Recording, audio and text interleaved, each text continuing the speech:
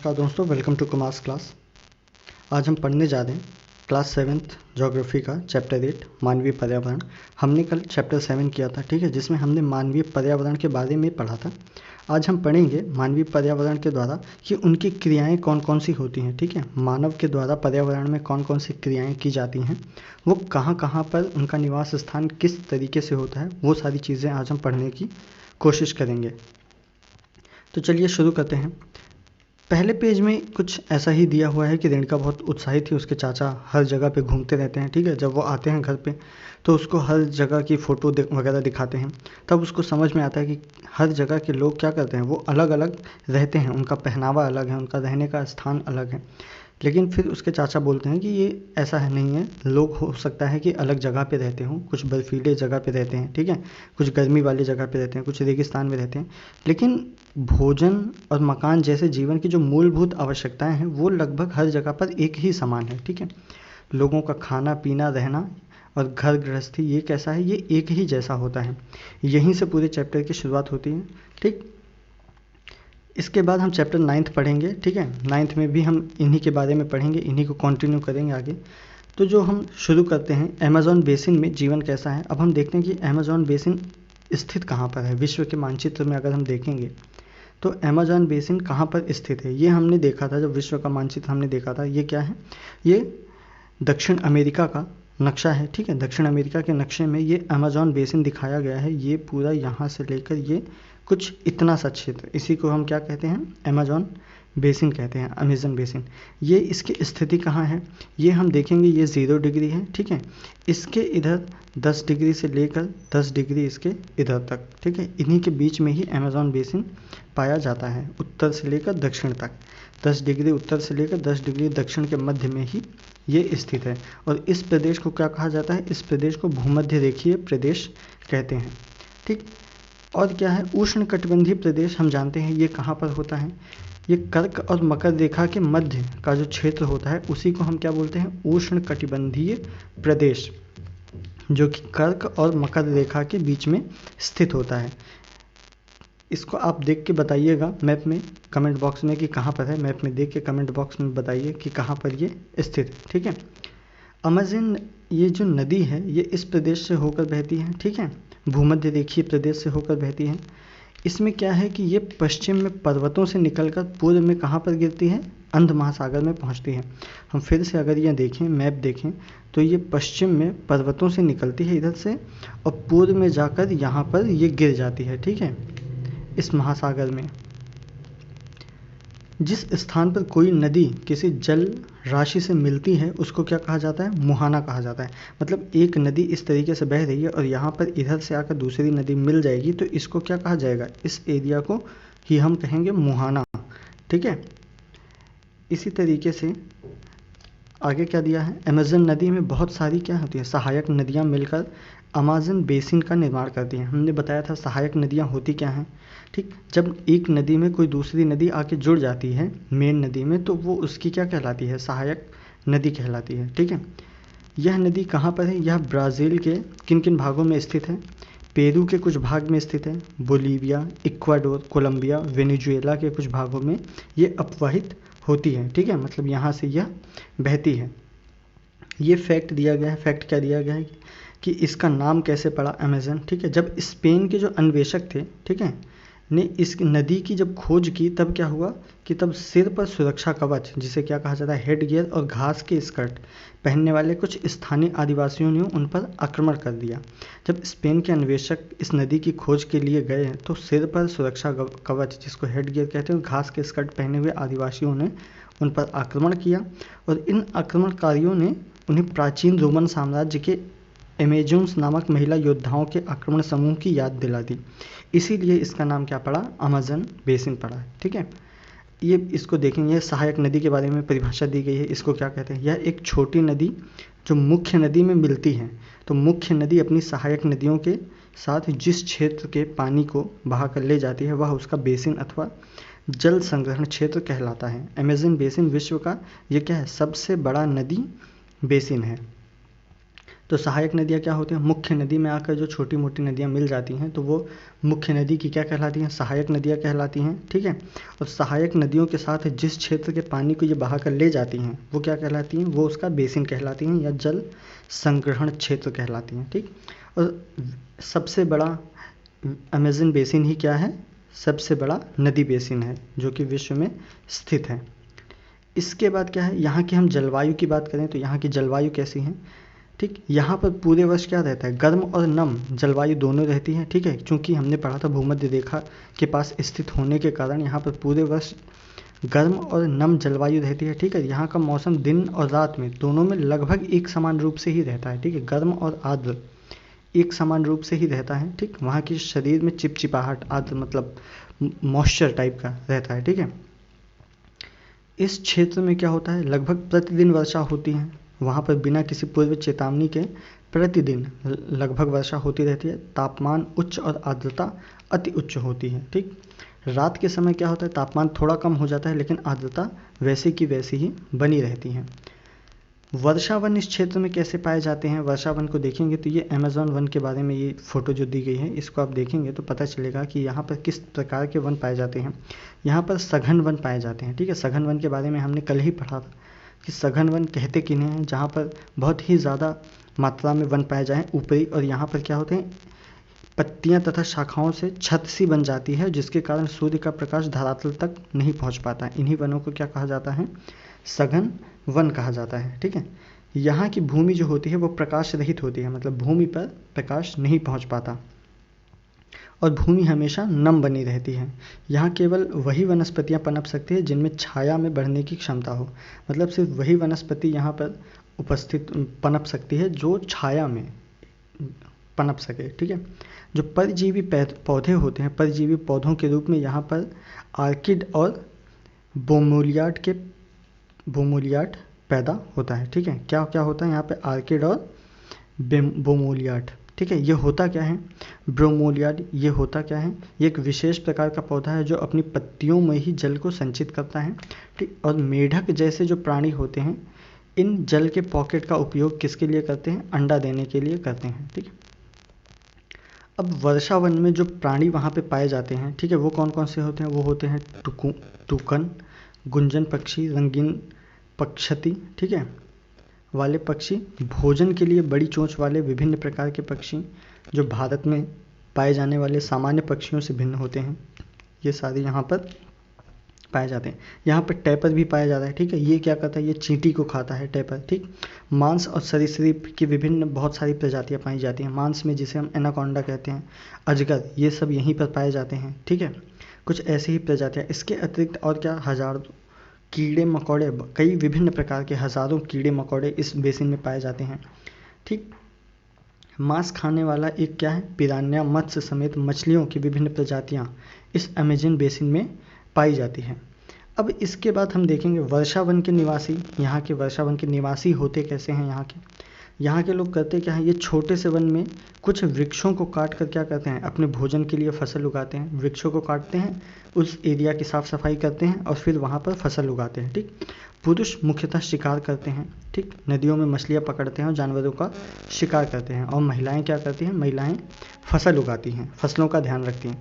वे मुख्यतः क्या करती हैं, मुख्यतः टेपियोक, अनानास और शकरकंद उगाते हैं। ठीक, और ये उगाते कैसे हैं, ये कर्तन दहन प्रणाली, कृषि कर्तन एवं दहन कृषि पद्धति का उपयोग करते हैं। ये होता क्या है, इसके बारे में ये दिया गया है। इसमें करते क्या है कि वो लोग एक भूमि को, वहाँ के वृक्षों को, झाड़ियों को काट कर उस भूमि को अच्छे से साफ़ सफाई करते हैं। ठीक है, और फिर वो जो वहाँ पर छोटे मोटे पेड़ पौधे बच जाते हैं उनको जला देते हैं, और ताकि उसका पोषक तत्व क्या हो, वो उस मिट्टी में मिल जाए। इससे क्या होता है कि वर्षों तक वहाँ पर फसल पैदा होती है, लेकिन एक टाइम के बाद जैसे ही वहाँ पर वो ज़मीन उपजाऊ नहीं रह जाती, फसलें कम उपजाऊ हो जाती हैं वहाँ पर, तो वो लोग क्या करते हैं, फिर वो दूसरी जगह पर जाते हैं, वहाँ के वृक्षों को काटते हैं, सेम वही प्रक्रिया से फिर वहीं पर कृषि करते हैं। लेकिन फिर कुछ देर समय बाद जब पहली वाली भूमि पर फिर से पेड़ पौधे उग आते हैं तो वो लोग फिर से वही प्रक्रिया अपनाते हैं। इसी तरीके से ये पद्धति चलती रहती है हमेशा। ठीक है, इसी को क्या कहा जाता है, कर्तन एवं दहन कृषि पद्धति। कर्तन मतलब काटना, दहन मतलब जलाना। ठीक है, काटना और जलाना कृषि पद्धति। इनका मुख्य आहार जो होता है वो क्या होता है? मुख्य आहार मेनियोक, ठीक है, इसको क्या कहते हैं? मुख्य आहार इनका जो है मेनियोक, जिसे कसावा भी कहते हैं, ठीक। ये आलू की तरह ही होता है, ज़मीन के अंदर पैदा होता है। चींटियों की रानी और अंडकोश, ये चींटियों की रानी और अंडकोश भी खाते हैं, ठीक है। कॉफ़ी, मक्का और कोको जैसे नगदी फसल भी यहाँ पर उगाए जाते हैं, ठीक। वर्षावन ये क्या है? ये अत्यधिक मात्रा में घरों के लिए लकड़ी प्रदान करते हैं। कुछ परिवार मधुमक्खी के छत्ते जैसे आकार वाले छप्पर बनाकर घरों में रहते हैं और कुछ लोग क्या कहते हैं? मलोका कहे जाने वाले बड़े अपार्टमेंट जैसे घरों में रहते हैं। तो जो बड़े अपार्टमेंट वाले घर होते हैं उनको क्या कहा जाता है?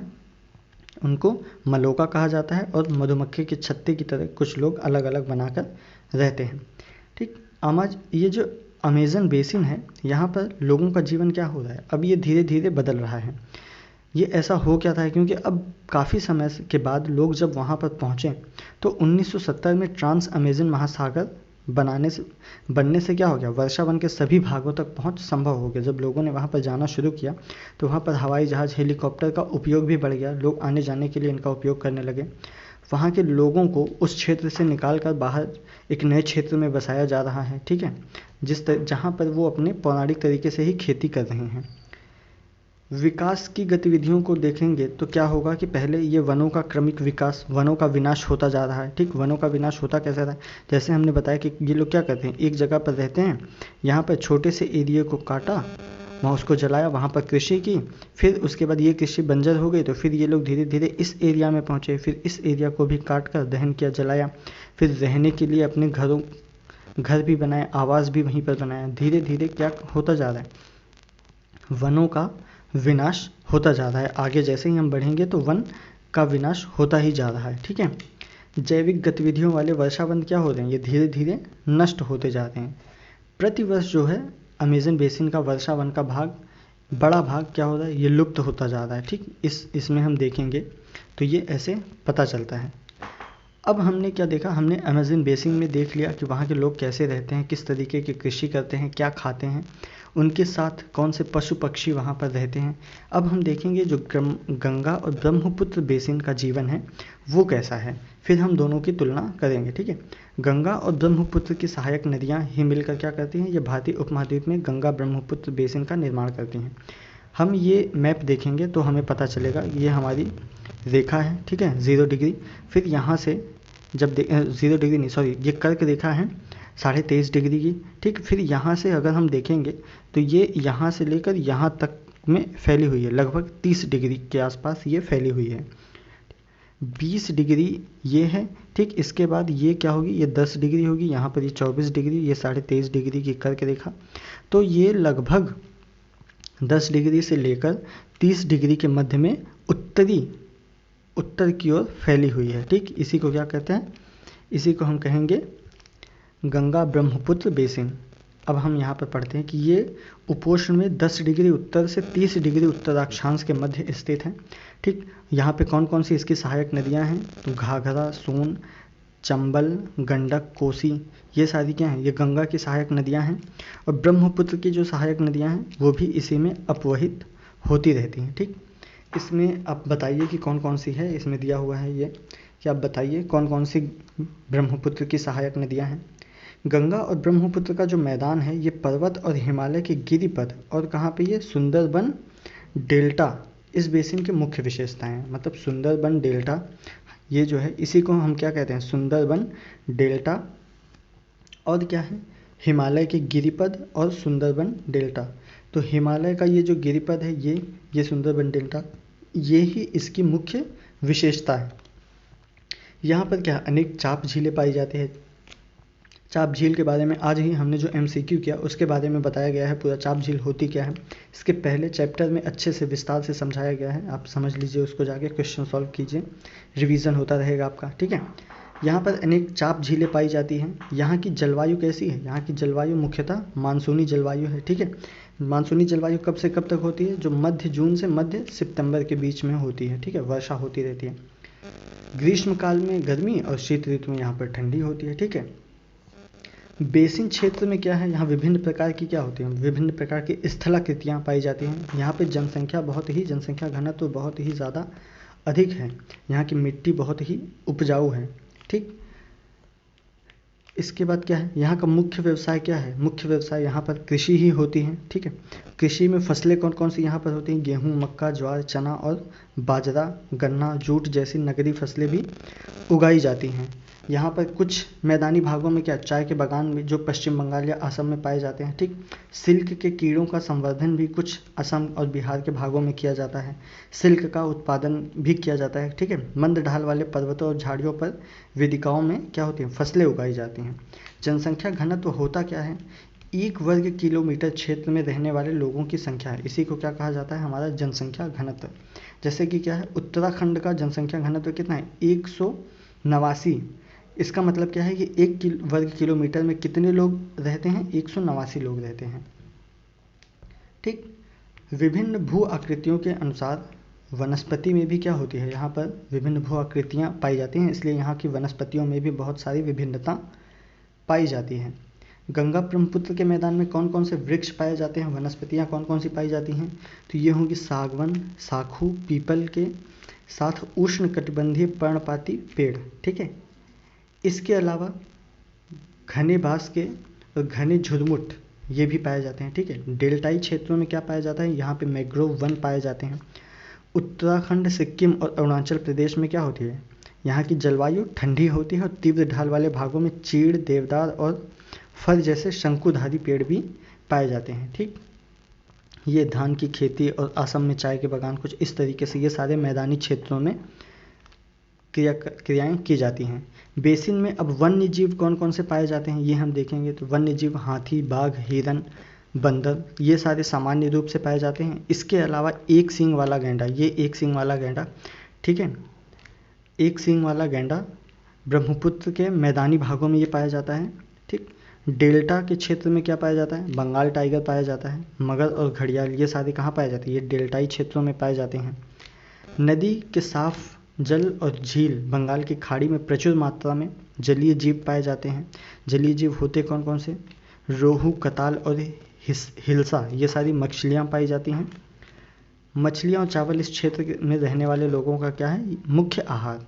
अब वेदिका कृषि कैसे की जाती है, वेदिका कृषि ये होती है, ठीक है, वेदिकाओं का निर्माण खाड़ी ढलानों पर क्या होता है, ये समतल सतह पर क्या कहते हैं, समतल सतह पर कृषि करने के लिए होता है। ढलान को इसलिए हटाया जाता है कि जल का प्रवाह तीव्रता से ना हो।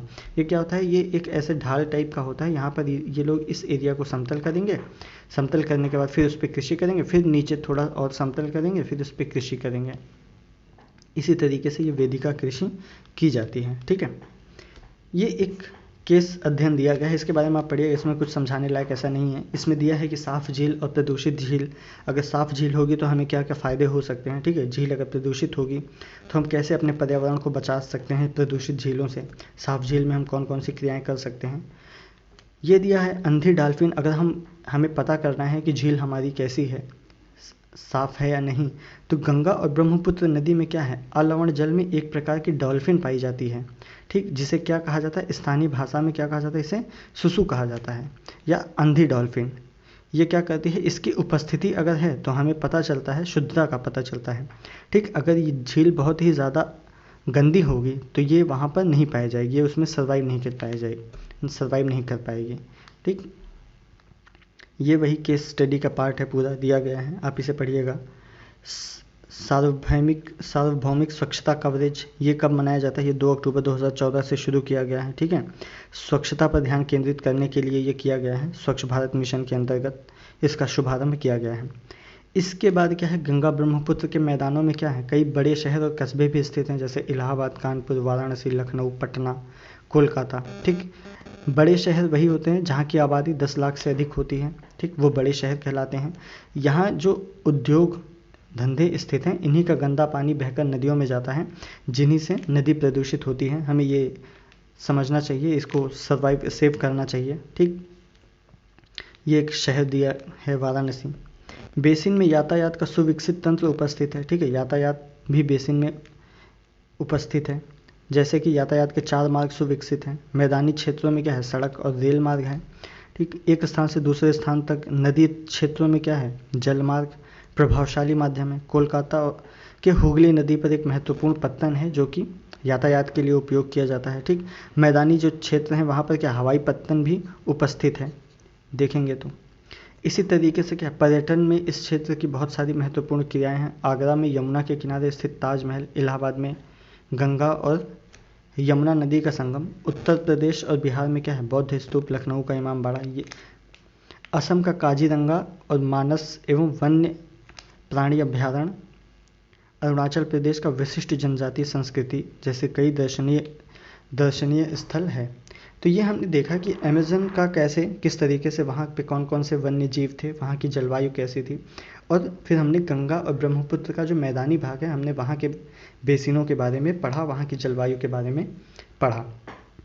ठीक, तो यहीं पर हमारा ये पूरा चैप्टर 8 समाप्त होता है। एक जल जीवन के बारे में हम और पढ़ेंगे। ठीक है, एक नदी बेसिन और है, एक बेसिन है जो कि कौन सी है, रेगिस्तान का जीवन कैसा होगा हम वो भी समझने की कोशिश करेंगे। वही क्लास 7th का ये आखिरी चैप्टर होगा। ठीक है, तो यहीं पर चैप्टर हमारा पूरा समाप्त होता है। तब तक आप लोग पढ़ते रहिए, रिवीजन करते रहिए। धन्यवाद।